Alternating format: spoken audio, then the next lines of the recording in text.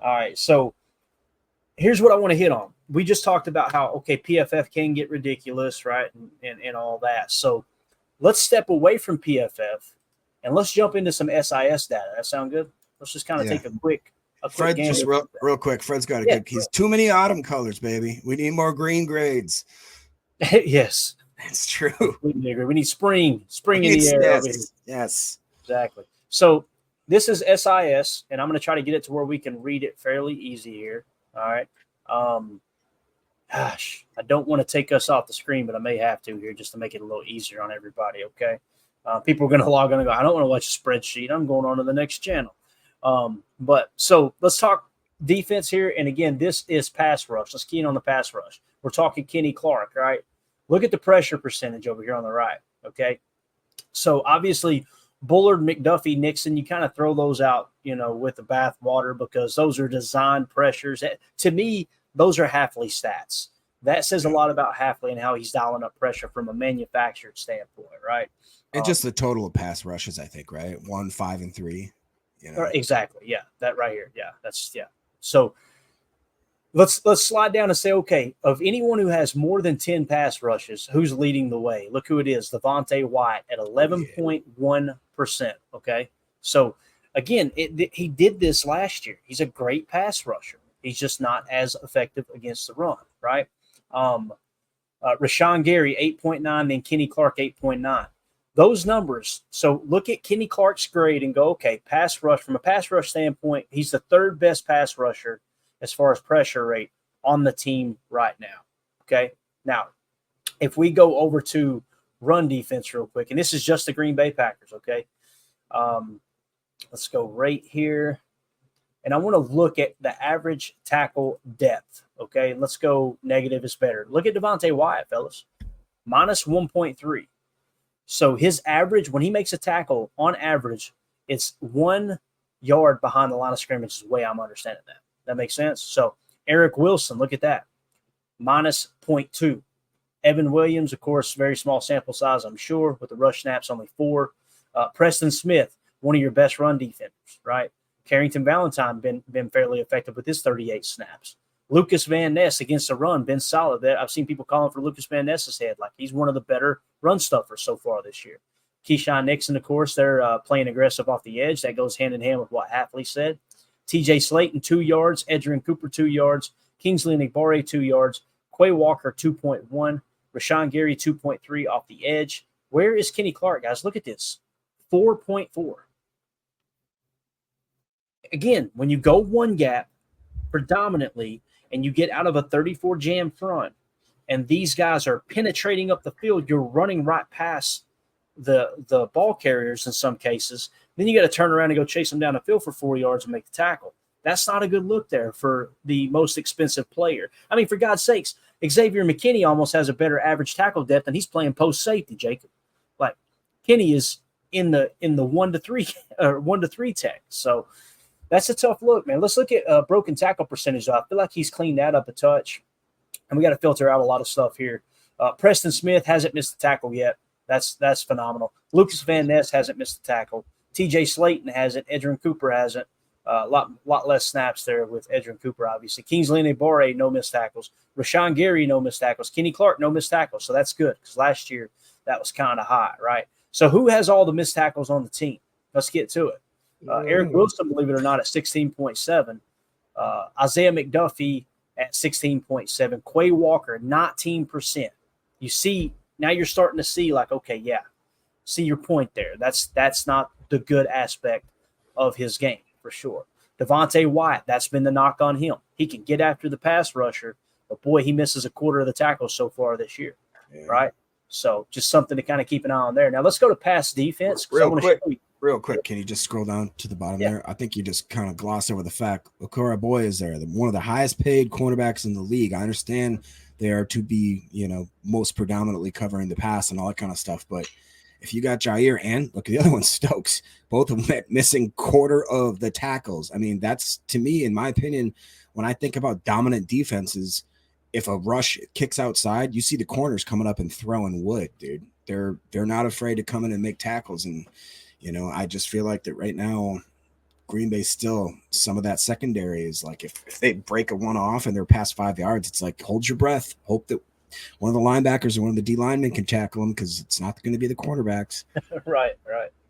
Now, and again, I'm not going to set my expectations on a cornerback based off of run defense. However, like you said, when you're one of, if not the highest paid, that's tough. That's a liability, man. I mean, look at other corners on the team. Like what is, obviously Eric Stokes is the same missed tackle percentage. Look at Carrington Valentine.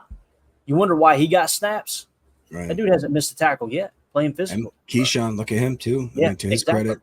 And that's what I was saying about Key is like he's playing better this year than he did last year, if you ignore the PFF grade. Right. And honestly, I like Javon's number there too. As a safety, I feel like there's a little more.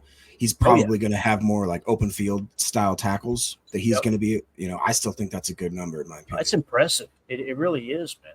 There's no doubt about it. So let's go to pass defense real quick because I want to see where Quay's at now. And we're going to key in on passer rating when targeted here on the Packers and see, all right, who's been the difference makers when it comes to pass defense. I'm going to go wider here. I apologize. All right, so passer rating when targeted. Only seven coverage snaps. Actually, let's just focus on targets. Eric Wilson, 1 target, obviously had an interception. The rating is going to be 0, right? Limited snaps. Look at Carrington Valentine. He was only targeted 1 time on 24 snaps. That says he probably had pretty damn good coverage, right? Yeah. And passer rating when targeted, 39.6. Look who is next on the list. Quay Walker, 45.1. You want to know why he's still your starting Mike? That's why, right there. And that's why I'm not one of these people that are going to say you need to bench Quay. Because who's going to fill that role? Who's going to take that over? Right. So far, he's been hands down, one of the best on the team. And look at him. Other than X, he's got right in that area. He's got the most snaps, kind of by far, and only 6 targets on that. And to have 6 targets on that many snaps with the rating only being 45, like you said, that's the reason. That's the reason why Hafley said he goes, there's certain things that Quay does that the other people just can't do. Right. And when people, just fire from the hip and say, oh, he's horrible in coverage. You said, no, he's not horrible in coverage. Stop making that stuff up and throwing up on Twitter because you're an emotional fan. Like, chill out. You gotta focus on the pros and cons and say, okay, is there a better option out there right now? Me personally, I don't think there's a better option than Quay on the market. I don't. And there damn sure ain't one on the roster that's going to play the pass better at the moment. So now you got to decide. Would you rather have someone who is less effective against the run but more effective against the pass? It's a passing league. It's still a passing league. Where is the line, or how does a guy like Jeff Hafley kind of dance around maybe understanding that, hey, if it's a third, like you just said, if it's a third down situation, a passing situation, I need Quay out there. Is there any way that he can dance between playing kind of both sides of having Quay not taking limited snaps, but maybe readjusting what his role is on certain downs and distances? Does that make sense? Trying to use him as a puzzle piece, a chess piece. If it's a first down, where would I rather have Quay? Versus if it's a 3rd and 14, where would I have Quay? What's the most optimal position to put him in? Is there a way that he can actually, It's hands down Mike, in my opinion, Jacob. And the reason being because, like, on first downs, it's about personnel, matching personnel as opposed to, all right, first down, we're going to play 4-3. It's you're matching 11, nickel to 11, you're matching base to 12 and 21, that type of thing. But yeah, when you look at it, and I thought about this, it's a great question because I was like thinking about the other day, I was on the mower. I'm like, how can you put him in a better position and make it more comfortable for him in what he does bad? There's no real answer there other than run blitz, right? And that is Quay. I feel like Quay, one of his top strength is coverage, vertical coverage more specifically. And his secondary strength, in my opinion, is blitzing. Is rushing the quarterback. So it needs to be, hey, you're covering the seam or a hook zone, right? Or man coverage. He's really good at man coverage. I'm still a firm believer that if Quay had been matched up on Saquon Barkley on that wheel route, Quay would have made that play over McDuffie, right? Mm-hmm. The problem is you need Quay playing Mike and not Will. So in that specific situation, you don't move a guy out of position because of one route on the route tree. right?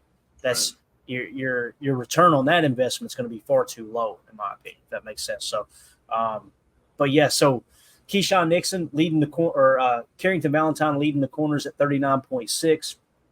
Quay Walker leading the linebackers at 45.1. This is, again, passer rating against or passer rating when targeted. Keyshawn Nixon, 56.3. Evan Williams, 56.3, albeit just 2 targets. So you got to take that into consideration. Look at Xavier McKinney, man. He's only been targeted twice. He's got 76 snaps. Passer rating when targeted is 60.4. Phenomenal. Eric Stokes, 66.7. Isaiah McDuffie, 81.7. So you're seeing right there, like, okay, McDuffie maybe a little bit better attacking the flats. Like, there was a third down that happened there against the Colts. McDuffie made a play on the flat, short pass, made a tackle. I think it was on a third down, forced the fourth down, and ended up going on to either a turnover on downs or they end up having a punt. That was a huge play. That's what he does well. Kind of playing the run. He's not great at anything, but his strength, in my opinion, is playing underneath in the flat zones and playing the run. His strength is not getting vertical, right? and it darn sure ain't shedding blocks. He's not very good at shedding blocks. Eric Wilson, I feel like, is probably the better defender shed blocks. But the problem here, Jair Alexander, passer rating when targeted. I know people get upset when we don't just absolutely bow down to the feet of Jair Alexander. I don't understand the fans that get upset when people just talk about here's what's actually happening on the field. But Jair Alexander, man, 97.9 passer rating against.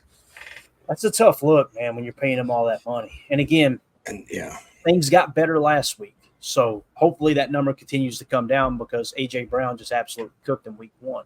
Javon Bullard, this one was surprising to me, 110.4. But I think in week 1 he had a bit of a bad game as well. So we'll see if that number continues to get better. When you compare again, though, that like I looked at Javon Bullard and that made my eyes kind of pop out a little bit. Obviously, you guys know I'm a big fan of his, but it was 4 targets on 68 snaps. So they got lucky 4 times out of almost 70 times. Okay, I understand that. Jair, though, 76 snaps, I understand, but they're targeting 10 times, and you get that sort of rating where it's like, we can't have our number 1 cornerback, who is one of the highest paid, be the guys that they target. You know what I'm saying? Like, that's just that math don't work out for me, bro. And you look up here and guys that are getting criticized, Keyshawn Nixon, he's got 65 snaps. He's got 10 targets, but the passer rating against him is 56.3. I mean, he's literally cutting it in half. You guys like X and Evan, even, smaller amount of snap counts and that kind of stuff, but way better results. I mean, it just, it's like that scene in Waterboy where the kicker's looking, who's my, and he's looking at who's sweating. He looks at right now and it looks like Jair's the one that's sweating from every ear to ear. And he's going to be like, oh, there's my guy. And for the people that keep getting upset that we're talking about Jair, ask yourself this. If he was such a shutdown corner, right, then why in the world are quarterbacks throwing at him? You know what I'm saying? Like, those true shutdown corners, people, they try to steer clear. Okay, 23's over there. Let's work the left side here. That's the way they operate. Nobody sees, outside of the Packers fan base, nobody really sees Jair that way across the league. I hope it continues to get better, man. He's a freaking ball of energy. And when he's positive, that's infectious, right? Like, that's a good thing for the team when he's positive. And I feel like this year he really has kind of shifted his focus. It's pretty much common knowledge now that Ja absolutely hated Joe Barry, right? So he's got to make this work. And another thing, too, Jair's guaranteed money, and I'm not suggesting they're going to get rid of him. Listen, I was thinking we should let Kenny test the market next year and see if we can find a better interior defensive lineman. Obviously, I was dead wrong on that. Same thing will probably happen with Jair. They'll probably keep him on the roster. But you are approaching this year and next year where you can kind of get out of that contract, save some money. It's just something to keep our eye on, man. Hopefully he turns it around, but it's just not a good start. And listen, a healthy A.J. Brown in week 1, that's a tough start. Now you do have the Minnesota Vikings coming up if their receivers stay healthy with Justin Jefferson and the other young guy. Gosh, what's his name? That's been in trouble a couple times behind the Jordan Addison. Jordan Addison, yeah. So that's not going to be an easy task. Sam Darnold's playing pretty good ball. He is. Yeah. So, and again, I think Kevin O'Connell's a great football coach. That's just me. I think he coaches up quarterbacks to play within the scheme and take what the defense gives them and understand protections and all that. I think KOC is a good coach. I do. The thing I'm hoping for with Vikings is they typically start strong and finish weak. I hope that happens, Right. And I think, a lot of times we just get so enamored with maybe PFF ratings and stats, and we think, oh, this guy's not a good football player. Everybody that got drafted in the NFL is a good football player. Like you look at, like you just talked about, Sam Darnold. I tried to warn people. I was like, he's never been in a good position. All of a sudden, now he kind of is.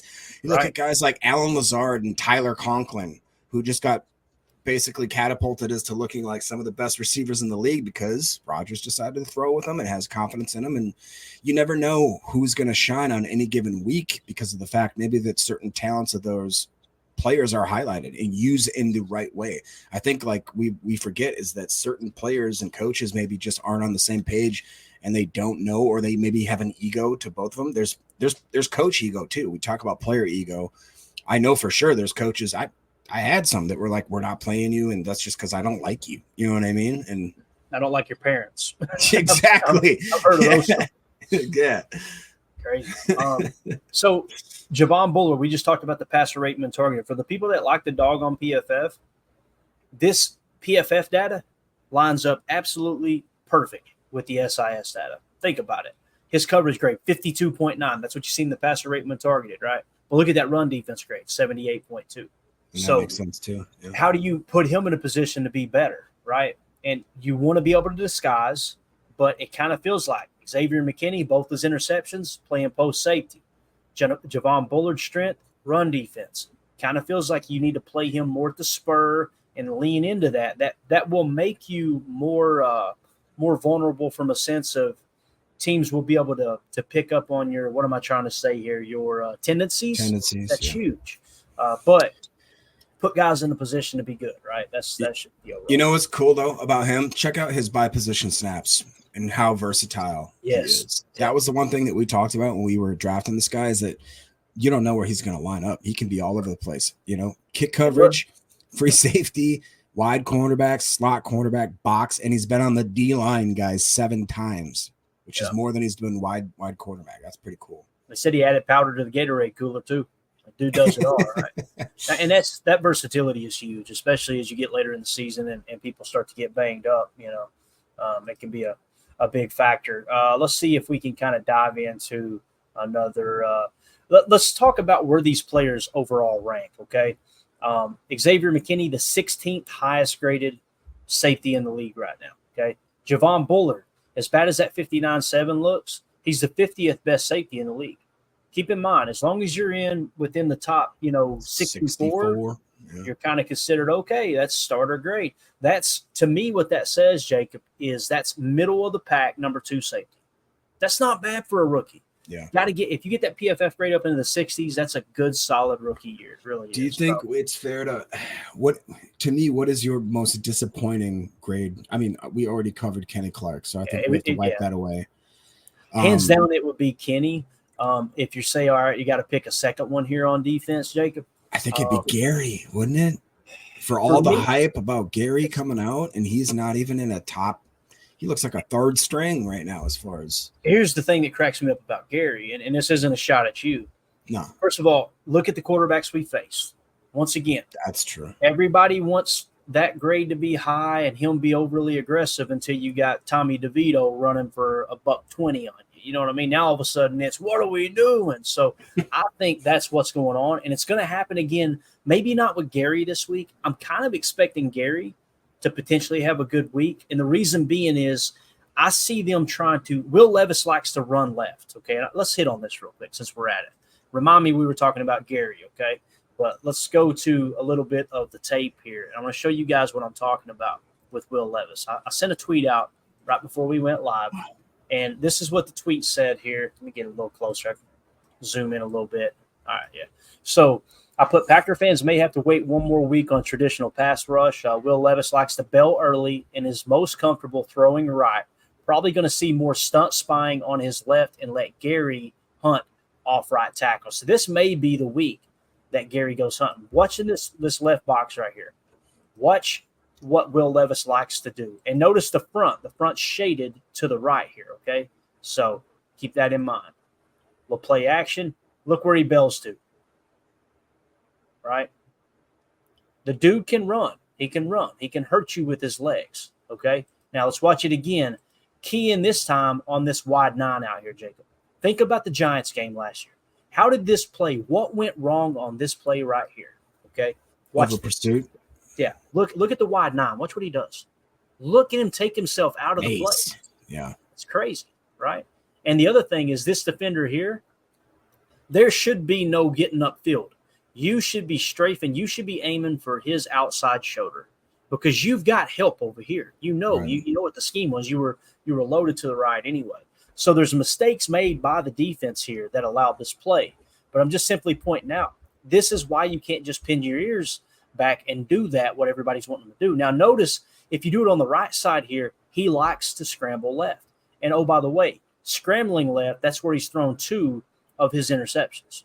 So you want to get aggressive off the right side and have those D tackle spies. And that may play a big role into why Kenny's number is so low right now, is because they've been doing these stunt spies where one guy will engage with 2 linemen, the other loops around. He's a true pass rusher in that sense. Most cases it was Devontae Wyatt, although Devontae Wyatt was the lead T in the TT stunt last week, and he actually ended up getting the sack, so that doesn't bode well for Kenny in that argument. But you engage with those 2, allow the other guy to loop, and then you kind of drift back, and you're looking to play that quarterback scramble, right? They just did a piss-poor job right here. They tried to do a little stunt and again, just took a horrible angle. Now, let's go to another play right here. Here's another scrambling play. Real quick, is it important then more for Preston Smith if he likes to roll left that way and try to break contain? Is it more important that maybe Preston Smith has more of a, I don't want to say like a standout game, but maybe plays more sound and not over pursuing? Because we know that he's really good at setting an edge. He's very good at playing run defense in the same way as could he act as if like a semi quarterback shadow? Absolutely, yeah. That's what I'm saying is, like, with this tweet, the whole purpose was you're hitting the nail on the head, Jacob. Get aggressive with Gary on that bad right tackle who allowed, 39% of his snaps for pressures, right? Yeah. So let Gary hunt off the edge and play a little D tackle stunt spy and tell Preston, like, hey, make sure they're watching this. Jeff Hafley has got these boys watching this in the film room. I guarantee you they're going, yep, this dude likes to scramble left. So if you got Gary screaming off the right side, right, and you do have, let's say you got the spur on that side too because he likes to throw right, you got to kind of Mabel the right side is the way I'm seeing this game plan. And what I mean by Mabel is flooding the zone at 3 levels on the right side, okay? So think deep safety, mid or deep zone, mid zone, flat to hook zone or flat to curl zone on the outside to the right, and force him to work himself to the left. That should be the goal. And if you do go, that's called Mabel, by the way. That coverage concept is called Mabel, Mable. All right. So if you go Mabel right, then maybe you want to put your best corner on the left side because you're going to see more isolation plays. That should be Jair. The problem is, I don't feel good about that right now. So, again, but to answer to comment on what you said, Jacob, yes, Preston Smith with the wingspan, the way he sets the edge, he's a very sound defensive player at the end position. That I like our chances here. The problem is you cannot let this happen right here. Imagine this same play set, right? Okay, that we're showing. And imagine Preston doesn't rush up the field. Maybe he's more of a 7-tech and he's just driving and he really tries to cheat inside and pinch that down. Yeah. Now, imagine that the D tackle who gets, or the linebacker, whoever, no, it was a defensive lineman. So they ran a stunt right there. This is what we're talking about. So the only difference is with our stunt spies that we've been running, this defender will go ahead and drift back. So when Will Levis goes to evade that looper, that D tackle's right here squared up, ready to make a play. Does that make sense? Yeah. So that's what we mean by that. This next play, though, right here, same thing, overload right. You see Will, where's he going? Going left. He keeps evading to the left. That's why I think, and it's not like he's running wide left either, right, Jacob? Like it's always in the middle. That's why we need to run those stunt spies. Imagine if you had a stunt spy where a defensive lineman isn't as aggressive, and let's say like this guy, rather than working to the left, let's say he fades out and covers this gap right here. That's where you needed that stunt spy. Is there a certain D lineman that you think is best suited for that? Because in my head right away, I'm thinking of like a Carl Brooks type, or maybe Devontae, to be honest. Or do you trust Kenny with that? Is that something you put LVN? It's very interchangeable. Now think about what we just covered though with missed tackle percentage, right? Devontae Right. Wyatt, not a good tackler. That's true. why I think you let Devontae Wyatt get after the quarterback, and you let Kenny. Kenny's not great at tackling either. Let's be realistic here, at least the last couple of years. But if I had to choose, if you had to say, hey, all right, you've got to choose one to get after the quarterback and the other to occupy a double team, get off that block and spy, it's Kenny. Now, remember the average yards of depth of tackle, Jacob, that we covered? Yeah. Yep. Kenny's was 4.4. You know why? Because he's doing a lot of that spy and running the quarterback down from behind upfield. Or not necessarily the quarterback, it could be the running back too, but that's kind of their approach right now. So when Jeff Hafley said, I don't care about yards, I don't care about stats, all I care about is the score and winning the ball game, getting off the field on third down, all that stuff that he's talking about, that's what he's talking about. We're going to give you those chunk plays, right? Or not chunk plays. We're going to give you those yards, but we're in specific situations, we're not going to let you get in the end zone. That should be the overall goal. He had a pretty damn good game plan in Philly. The problem was Jair Alexander happened, right? Yeah. He gave up the 67-yard touchdown pass in cover one man, fairly aggressive man, I should add. He gets cooked for a 67-yard touchdown, and then you had a crucial 3rd and 7 play where A.J. Brown just makes Jair miss the tackle, like jukes him out of his shoes and gets 20 on that. That led to a score too. Those are the plays that truly matter, right? Always sees the highlights, but you really got to key on some of those plays that matter. Let's go to this lower right box real quick. Let's see what happens here. Again, look at the rush off the right side, getting in his face. Where's he going, Jacob? Right up the middle. And see, that should have been a sack, bro. That's horrible. Yeah. But I mean, he's got capability, man. He can run. That's what Will Levis does well, man. And again, this is a spin move, making a guy miss a tackle. Look, whoop. Jeez. Yeah, I love the people that, he's horrible. He's horrible. He's made stupid decisions. There's no two ways about it. But to pretend like he doesn't have athletic ability, you're kidding yourself. And people are pissed off that he likes mayonnaise. I will never understand that. I've heard some takes on that where I'm like, boy, you are really emotionally charged about this mayonnaise bit here. I don't get that, but it is what it is. So, Coach is coming in. That's all right. Hit him with it. You guys are going to come to my press conference late. I love it. You're good, Coach. We started a little early, and I'll tell you, I was late getting out of bed this morning too. Man. I struggled. Yeah. I rolled over a couple of times. But do you mind if I hit a couple chats quick? Let's do it. So we can get him out of the way here. Mr. Jarrell Lee, appreciate you. He says Keyshawn Nixon is the only person I'm worried about on our defense. Quoted by the great Andy Herman. Did he specify what it was? I don't know. Yeah, and so I'd like Jarrell. I'd like to know because I trust Andy. I think Andy knows what the hell he's talking about. I really do. I can't see it on Twitter. When I look at the stats, the analytics, watch the tape, hear Jeff Hafley talk, it's just like everything I'm seeing lines up with what Haf said. All the data is lining up with what I'm seeing on tape. I feel like he's been one of the brighter points of our defense, me personally. But I'm sure Andy's got a reason to believe that, though. Yeah. Nick McSwain, Hafley's response about Quay was pretty telling. Pretty good. I kind of remember what he said. He basically, that's where he was highlighting that he thinks Quay is the guy and that he's got certain attributes that he trusts him. That's right. The long and short of it. Dude, mocks that are 6'4" and can run like Quay, they're not just growing on trees. Like they're not, No. So that is, again, I'm not happy with the run defense either, guys. Trust me, I about broke a screen the other day throwing an ink pen at it, charting the game. I was madder than hell watching him miss. It was the Philly game. I'm like, wait, for God's sakes, can we just tackle the ball carrier? But, yeah, every player's got strengths and weaknesses. Every player that's not named Fred Warner. So, yeah. Fractal of God says, cut out the penalties and sort out the red zone, and we'll be unstoppable. I mean, the penalties is one thing where we haven't really addressed that, I don't think, a lot on this podcast, and it's been kind of shameful, man. We are almost, I believe, I think we're in the top of the league, if not the top, with penalties right now. That's got to make Matt LaFleur a little bit. It's got to make us piss hot, to be honest. I'm sure. Let me look, because I know when it came to penalties on the offensive line, we were 10th best in the league. Let me double check here real quick. Penalties per game. So I know for a while there, watching the second game, it was something like we had 5 penalties within the first quarter or something. And I remember just thinking, man, that's just not the type of game that we can be running, because honestly, like he said, if we shore up those things, I mean, that is, I mean, in the red zone again, that's a really good point, Fractal, because ask and you shall receive. All right, usually something we're pretty good at, in my opinion. Right. Yeah, no, I agree. This is NFL team penalties per game. So this is offense and defense. This is the team as a whole. Okay. Let's see. The Packers are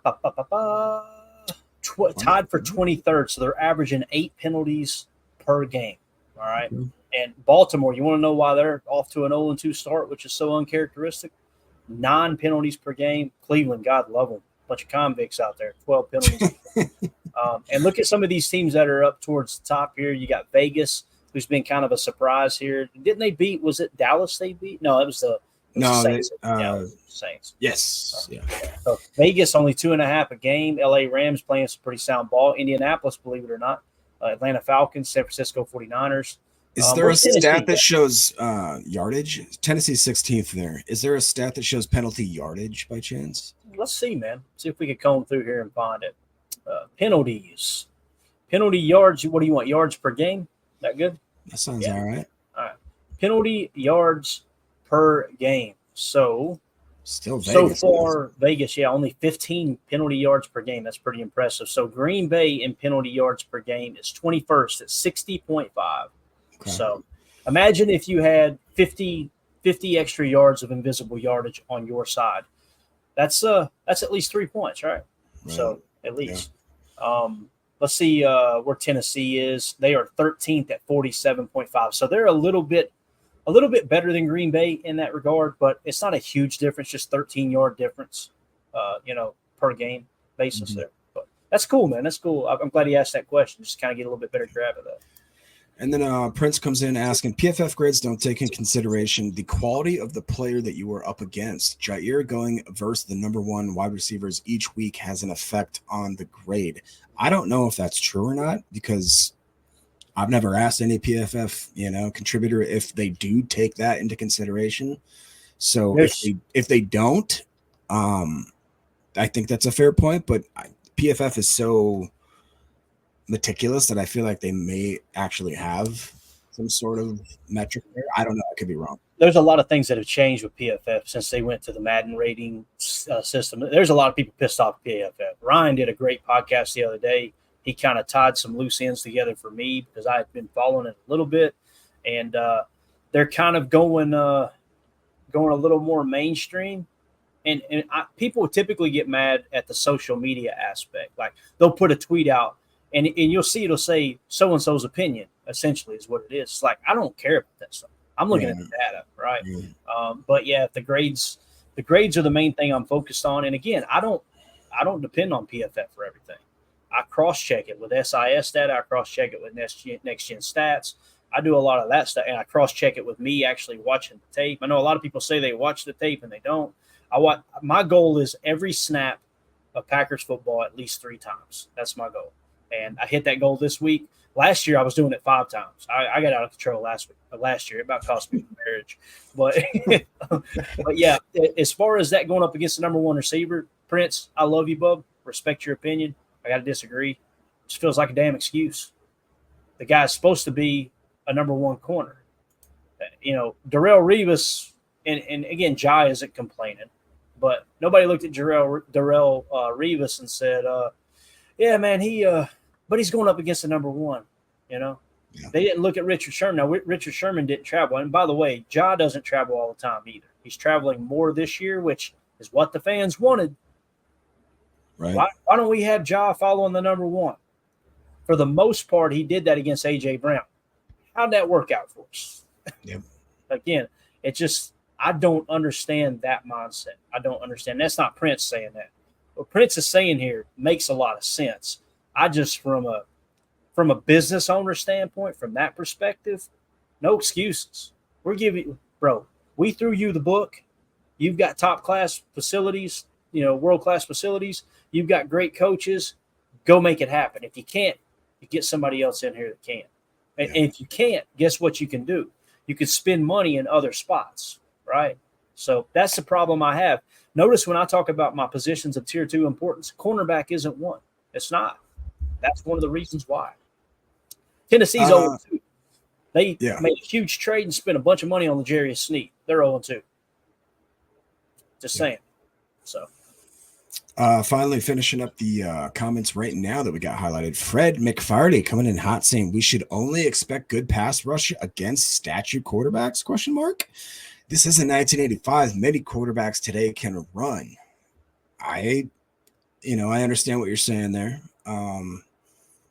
Nobody's saying you should only expect good pass rush against statue quarterbacks. Nobody's saying that.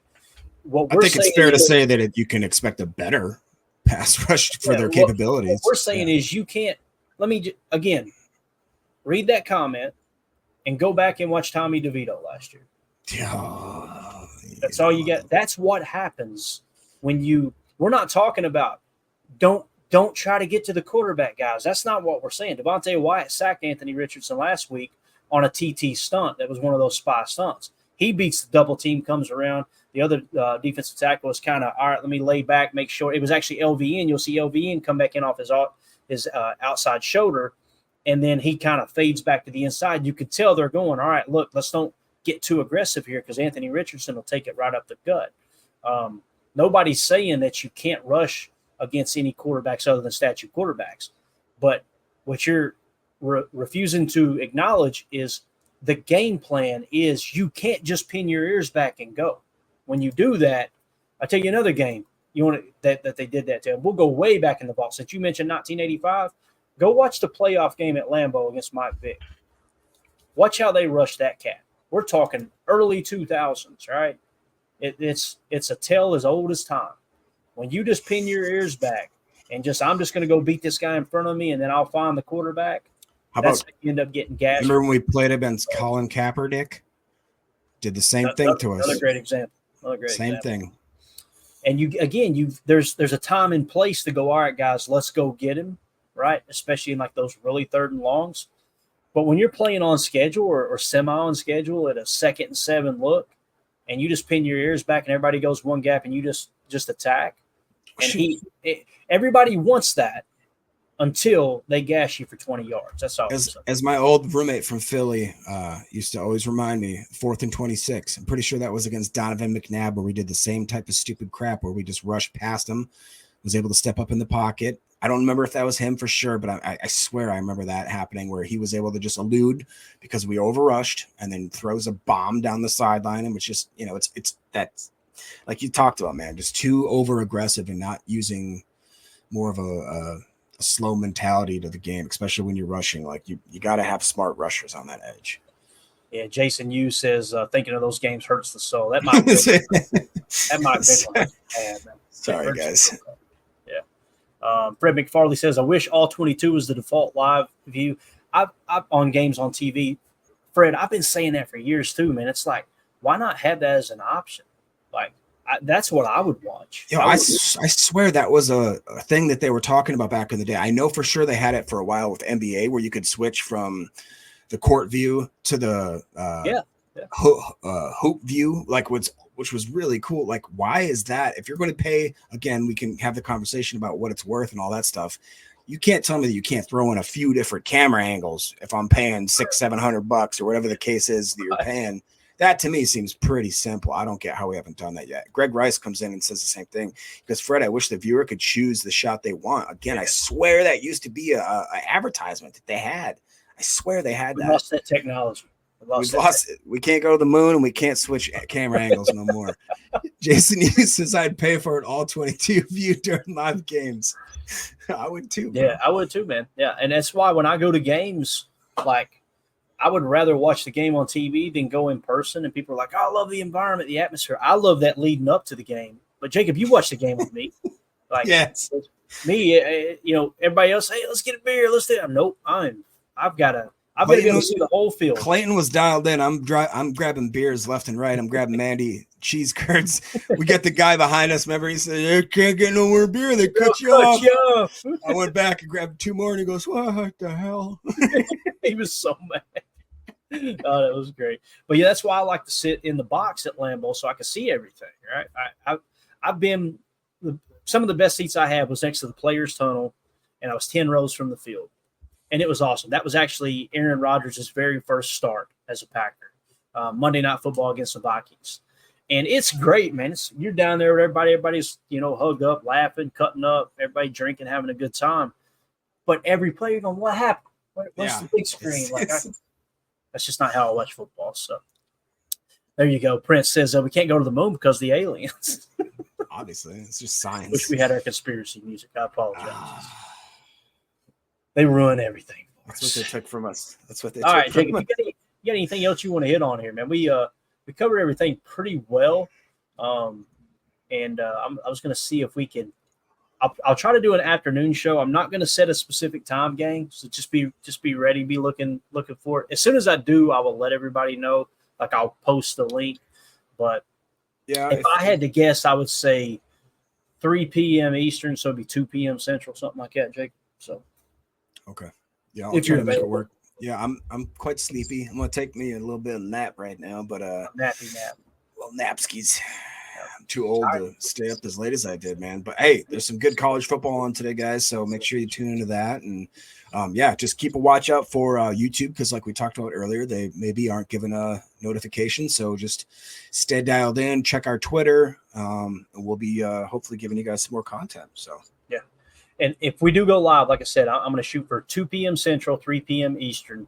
And the reason we're going so early is I've got most of the studio packed up. And as soon as we finish that stream, I got to load up all the equipment. That way we can do a live post-game show tomorrow from the hotel. It might be like an hour after the game, but we're going to try to scramble over and do that. So.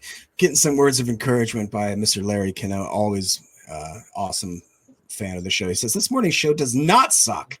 Love the stats and makes me rethink many of the things, but still early to make firm judgments. Usually this show does suck by now, though. That's true. Yeah, it does. It does. And usually when you start talking about the show not sucking, that's about the time that it starts sucking, I bet. Start sucking. Thank you, Larry. We appreciate you, buddy. I like the Saturday shows too, man. And my work winds down in November. So once we get to November, you're going to get a morning show every day. You'll get a morning and an evening show. So we'll continue that. We used to go to Lambeau, but we got to be careful. Go ahead. Coach Lynn likes your pumpkin, so she likes Mandy's pumpkin. And it's not Clay's. That's Mandy there, man. She keeps everything. Look, I went on a podcast the other day or a show around the NFC North. They're like, man, we love your setup, the plays, and like everything else in my life that anyone compliments. Mandy was behind it. I promise you. Anything that they don't compliment, that was probably my idea. So, but yeah, we get pretty festive around here in the fall, man. I love the fall. I love it. So. All right, that's it, guys. We're out of here. The show sucks now. Thanks, Larry. We appreciate the encouraging words. But we will see you guys and gals later on this afternoon. Let's just plan on it, 2 p.m. Central, 3 p.m. Eastern, okay? So set your clocks. Jacob, set your alarm so you don't sleep through it, all right, sir? I know you're going to go take a nap. Do you think? Appreciate your time, though, buddy. For those of you listening on the pod, thank you for making us a part of your day. As always, let's go out and be the change we want to see in the world. Go Packers.